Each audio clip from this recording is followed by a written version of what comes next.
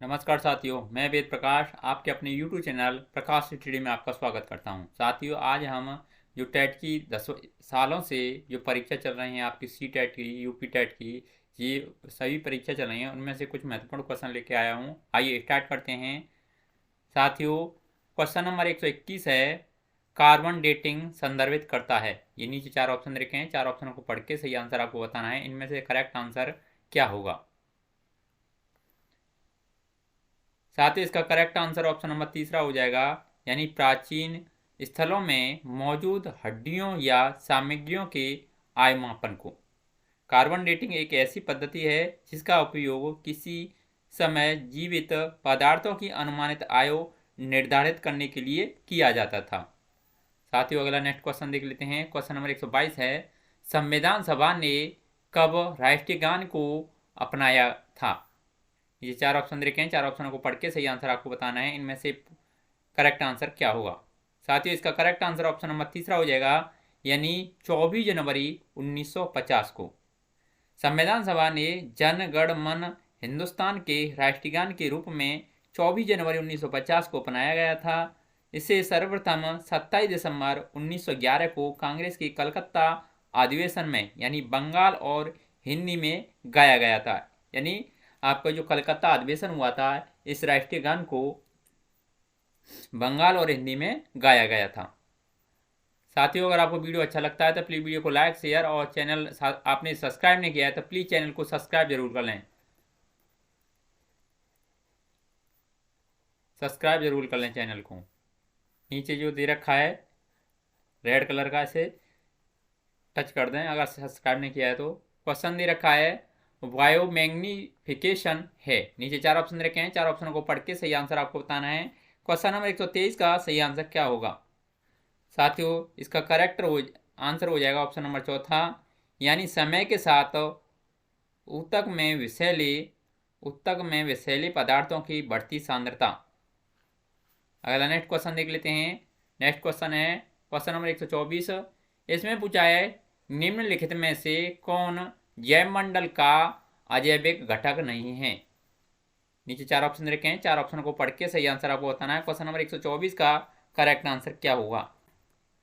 साथ ही इसका correct answer option number second हो जाएगा, यानी कवक जैव मंडल का अजैविक घटक नहीं है। अगला नेक्स्ट क्वेश्चन देख लेते हैं।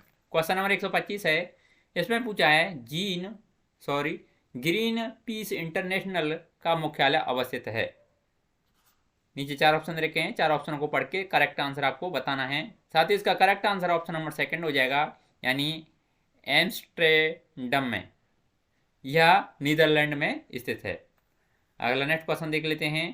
क्वेश्चन नंबर 126, इसमें पूछा है, घास भूमि क्षेत्र के परितंत्र के खाद्य श्रृंखला में सबसे उच्च स्तर का उपभोक्ता होता है। नीचे 4 ऑप्शन रखे हैं, 4 ऑप्शन को पढ़ के सही आंसर आपको बताना है। क्वेश्चन नंबर 126 का सही आंसर क्या होगा?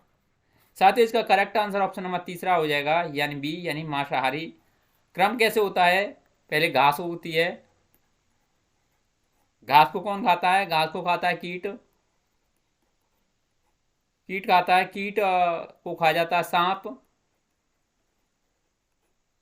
और सांप खा जाता है पक्षी। पक्षी क्या है?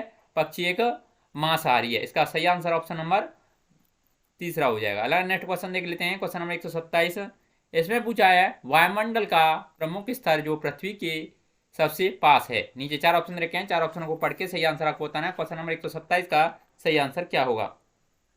साथियों, इसमें पूछा है, प्रमुख स्तर पृथ्वी के सबसे पास कौन सा है इनमें से? इसका सही आंसर हो जाएगा ऑप्शन नंबर तीसरा, यानी क्षोभमंडल। क्षोभमंडल की ऊंचाई पृथ्वी से 0 से 12 किलोमीटर तक की जो रेंज है, यह क्षोभमंडल कहलाता है। इसमें मौसम की परतें भी, इसे मौसमी परतें भी होती हैं, जो मौसमी घटनाएं वगैरह होती हैं इसी में होती हैं। अगला नेक्स्ट क्वेश्चन देख लेते हैं। क्वेश्चन नंबर 128 में पूछा है साथियों, भारतीय संसद द्वारा जैव विविधता अधिनियम पारित किया गया था। नीचे 4 ऑप्शन रखे हैं, 4 ऑप्शनों को पढ़ के सही आंसर आपको बताना है। क्वेश्चन नंबर 128 का करेक्ट आंसर क्या होगा? साथ ही इसका करेक्ट आंसर ऑप्शन नंबर पहला हो जाएगा, यानी 11 दिसंबर 2002 को भारतीय संसद द्वारा जैव विविधता अधिनियम पारित किया गया था। अगला नेक्स्ट क्वेश्चन देख लेते हैं। क्वेश्चन नंबर 129, इसमें पूछा है निम्नलिखित में से कौन सी कृषि करने की प्रक्रिया पर्यावरण संरक्षण में सहायक है। नीचे 4 ऑप्शन रखे हैं, 4 ऑप्शनों को पढ़ के सही आंसर आपको बताना है। क्वेश्चन नंबर 129 का करेक्ट आंसर क्या होगा। साथ ही इसका करेक्ट आंसर ऑप्शन नंबर पहला हो जाएगा, यानी जैविक खेती। जैविक खेती या ऑर्गेनिक फार्मिंग एक ऐसी उत्पादन प्रणाली है जो मृदा पारिस्थितिकी तंत्र और लोगों के स्वास्थ्य के अनुकूल होती है। अगला नेक्स्ट क्वेश्चन देख लेते हैं। क्वेश्चन नंबर 130, इसमें पूछा है अम्लीय वर्षा संबंधित है। नीचे 4 ऑप्शन रखे हैं, 4 ऑप्शनों को पढ़ के सही आंसर आपको बताना है। इसका करेक्ट आंसर क्या होगा। साथ ही इसका करेक्ट आंसर ऑप्शन नंबर तीसरा हो जाएगा, यानी सल्फ्यूरिक एसिड से। सल्फ्यूरिक एसिड यानी अम्लीय वर्षा ही सल्फ्यूरिक एसिड कहलाता है।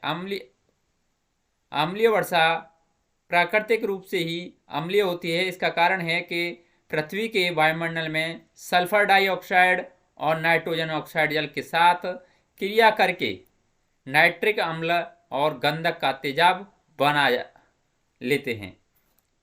इसे ही हम अम्लीय वर्षा कहते हैं। अगला नेक्स्ट क्वेश्चन देख लेते हैं।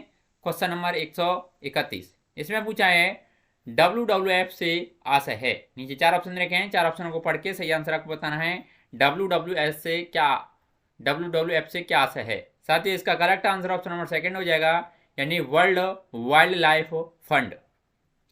इसकी स्थापना 1961 ईस्वी में हुई थी। यह एक गैर सरकारी संगठन है। कैसा संगठन है? गैर सरकारी संगठन है। इसका मुख्यालय, साथ ही इसका मुख्यालय है आपका कहां पर है? स्विट्जरलैंड में। स्विट्जरलैंड में मुख्यालय स्थित है। इसका उद्देश्य पर्यावरण पर मानव प्रभाव को संरक्षित और कम करना है। अगला नेक्स्ट क्वेश्चन देख लेते हैं। क्वेश्चन नंबर 132, इसमें पूछा है फूलों की घाटी अवस्थित है। नीचे 4 ऑप्शन रखे हैं, 4 ऑप्शनों को पढ़ के सही आंसर आपको बताना है। इसका करेक्ट आंसर क्या होगा। साथियों कहां पर अवस्थित है? ये साथियों उत्तराखंड में अवस्थित है। इसका करेक्ट आंसर ऑप्शन नंबर पहला हो जाएगा। अगला नेक्स्ट क्वेश्चन देख लेते हैं। क्वेश्चन नंबर 133, इसमें पूछा है भारत में निम्नलिखित में से कौन सी एजेंसी मुख्य रूप से प्रदूषण के मापन से संबंधित है। नीचे 4 ऑप्शन रखे हैं, 4 ऑप्शनों को पढ़ के सही आंसर आपको बताना है। क्वेश्चन नंबर 133 का करेक्ट आंसर क्या होगा। साथ ही इसका करेक्ट आंसर ऑप्शन नंबर तीसरा हो जाएगा, यानी केंद्रीय प्रदूषण नियंत्रण बोर्ड। अगला नेक्स्ट क्वेश्चन देख लेते हैं। क्वेश्चन नंबर 134, इसमें पूछा है कोटोपॉक्सी एक जागृत ज्वालामुखी है जो अवस्थित है। नीचे 4 ऑप्शन रखे हैं, 4 ऑप्शनों को पढ़ के सही आंसर आपको बताना है। इसका करेक्ट आंसर क्या होगा। साथ ही इसका correct answer option number second हो जाएगा, यानी एंडीज पर्वत में स्थित है। यह इक्वाडोर में अवस्थित है, जो कोटोपॉक्सी विश्व का सबसे ऊंचा ज्वालामुखी है।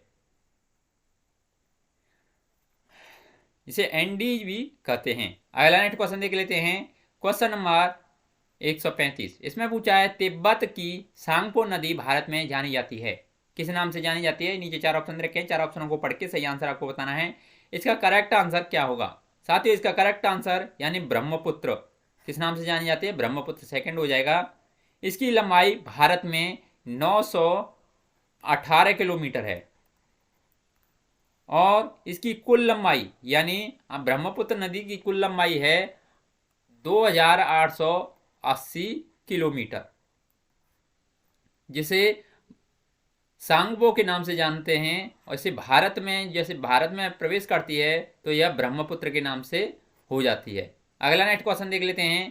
क्वेश्चन नंबर 136, इसमें पूछा है निम्नलिखित में से कहां आर्सेनिक द्वारा जल प्रदूषण सर्वाधिक है। नीचे 4 ऑप्शन रखे हैं, 4 ऑप्शनों को पढ़ के सही आंसर आपको बताना है। क्वेश्चन नंबर 136 का करेक्ट आंसर क्या होगा। साथ ही 136 का करेक्ट आंसर ऑप्शन नंबर पहला हो जाएगा, यानी पश्चिम बंगाल में। इसके बाद मध्य प्रदेश में, और उसके बाद राजस्थान, और उसके बाद हरियाणा में। यानी सबसे अधिक जो आर्सेनिक जल प्रदूषण होता है, यह होता है पश्चिम बंगाल में। साथियों आज हम इतने ही क्वेश्चन लेके आए थे। अगर आपको वीडियो अच्छा लगता है तो प्लीज़ वीडियो को लाइक शेयर, आपने चैनल सब्सक्राइब नहीं किया है तो प्लीज़ चैनल को जरूर सब्सक्राइब कर लें। आज के लिए बस इतना ही, धन्यवाद।